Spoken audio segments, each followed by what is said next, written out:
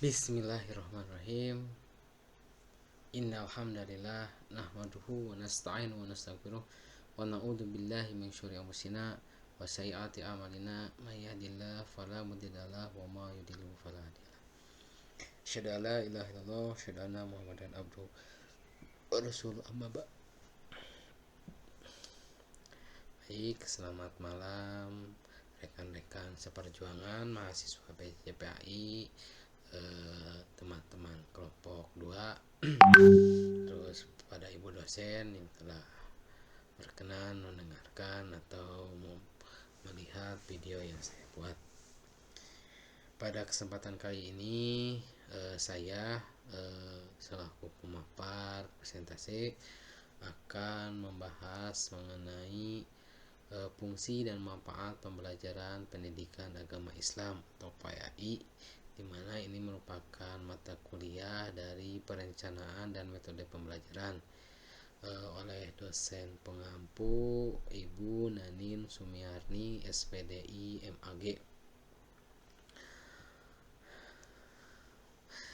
Melalui presentasi ini kita akan memahami bagaimana sih pendidikan agama Islam itu tidak hanya membentuk pribadi muslim yang bertakwa, tetapi juga memberikan dampak positif bagi masyarakat, bangsa, dunia pendidikan, serta didukung oleh kajian penelitian terkini.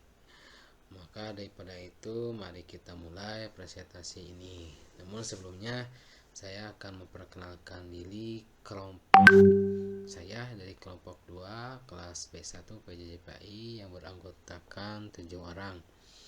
Yang pertama Muhammad Ulil Albab, yang kedua Aib Hanifatur Rahman yakni saya sendiri, yang ketiga Dasep Hamzah, yang keempat Ondi, yang kelima Hasna Mujayyanah, yang keenam Marcelia, yang ke-7 Sri Nur Mahni.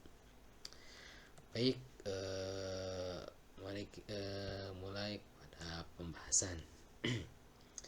Di pembahasan ini kita kaji dulu apa itu sih PAI atau Pendidikan Agama Islam.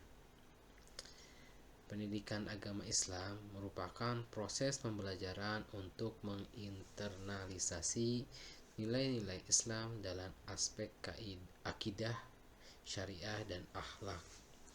Adapun ruang lingkup pendidikan agama Islam ini yang pertama akidah atau keyakinan, yang kedua akhlak, yang ketiga fikih, yang keempat Al-Quran dan hadis, dan yang kelima sejarah peradaban Islam. Adapun tujuan utama dari pendidikan agama Islam adalah membentuk manusia yang bertakwa, cerdas, dan berkontribusi positif bagi lingkungan. Baik, selanjutnya fungsi pembelajaran pendidikan agama Islam. Ada 4 fungsi dari pembelajaran PAI. Yang pertama, fungsi spiritual, di mana fungsi spiritual memperkuat hubungan dengan Allah atau hablum minallah dan sesama manusia atau hablum minannas. Yang kedua, fungsi edukatif, yakni mengintegrasikan ilmu umum dan dengan nilai-nilai Islam, seperti halnya mengintegrasikan imtak dan iptek. Yang ketiga, fungsi sosial, di mana fungsi sosial membentuk kepribadian yang santun, toleran, dan peduli sosial. Terus yang terakhir, fungsi yang keempat, yakni fungsi preventif. Fungsi preventif adalah fungsi pencegahan, yakni mencegah penyimpangan moral, radikalisme, dan dekadensi budaya. Untuk selanjutnya, manfaat PAI bagi individu. Ada 4 manfaat PAI atau pendidikan agama Islam bagi individu.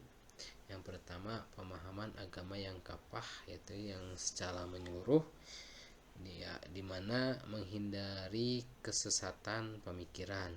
Yang kedua, pembentukan karakter, yakni membentuk karakter jujur, disiplin, sabar, dan bertanggung jawab. Yang ketiga, kesehatan mental, di mana kesehatan mental ini dapat mengelola stres melalui zikir, doa, dan tawakal pada Allah. Yang keempat, panduan hidup, solusi masalah berdasarkan Al-Quran dan As-Sunnah, sebagaimana dalam suatu hadis yang berbunyi, Bismillahirrahmanirrahim, khairun nas anfa'u linnas, sebaik-baiknya manusia adalah yang bermanfaat bagi orang lain. Hadis riwayat Ahmad. Baik, untuk selanjutnya, manfaat pendidikan agama Islam bagi masyarakat. Bagi manfaat pendidikan agama Islam bagi masyarakat ada 4 kategori. Yang pertama, di tingkat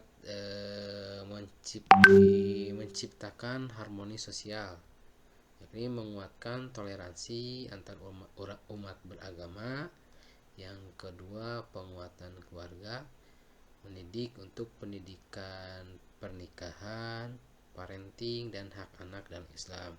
Yang ketiga, pengurangan dampak negatif, yakni meminimalkan maksiat. Salah satu contohnya adalah penyebaran narkoba, pergaulan bebas, dan lain-lain. Terus yang keempat, filantropi atau budaya zakat, infak, dan sedekah untuk pemerataan ekonomi masyarakat. Selanjutnya, manfaat PAI bagi bangsa dan negara. Bagi bangsa dan negara, pendidikan agama Islam merupakan adalah fondasi ketahanan nasional, di mana generasi yang berakhlak dapat mengurangi praktek korupsi dan radikalisme. PAI juga mengajarkan moderasi beragama sehingga mencegah desintegrasi bangsa akibat konflik SARA. Terus dari sisi SDM, lulusan yang berintegrasi tinggi akan mendukung pembangunan nasional atau akan mendukung pembangunan bangsa. Hal ini sejalan dengan amanat konstitusi pasal 29 Undang-Undang Dasar 1945 dan Undang-Undang Sesdiknas nomor 20 2023. Terus selanjutnya,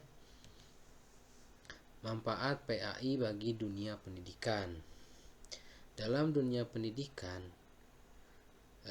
pendidikan agama Islam menawarkan pendekatan holistik yang menyeimbangkan IQ atau kognitif, EQ emosional, atau SQ spiritual. Misalnya semisal integrasi sains dengan ayat Al-Quran, sebagaimana teori Big Bang dalam Al-Quran surat Al-Anbiya ayat 30. Juga menjadi solusi pencegahan bullying melalui pendidikan empati dan akhlak. Selanjutnya, kurikulum PAI yang progresif turut mendukung profil belajar Pancasila, yakni yang beriman, berakhlak mulia, mandiri, dan bergotong royong. Baik, selanjutnya kajian penelitian pendidikan agama Islam. Beberapa penelitian terkini menguat peran pendidikan agama Islam. Yang pertama, penelitian di SMA menunjukkan 75% siswa mengalami peningkatan perilaku anti korupsi setelah intensif belajar pendidikan agama Islam. Terus yang kedua, studi dari UIN Jakarta menemukan bahwa pendekatan dialogis guru PAI atau pendidikan agama Islam efektif mencegah radikalisme.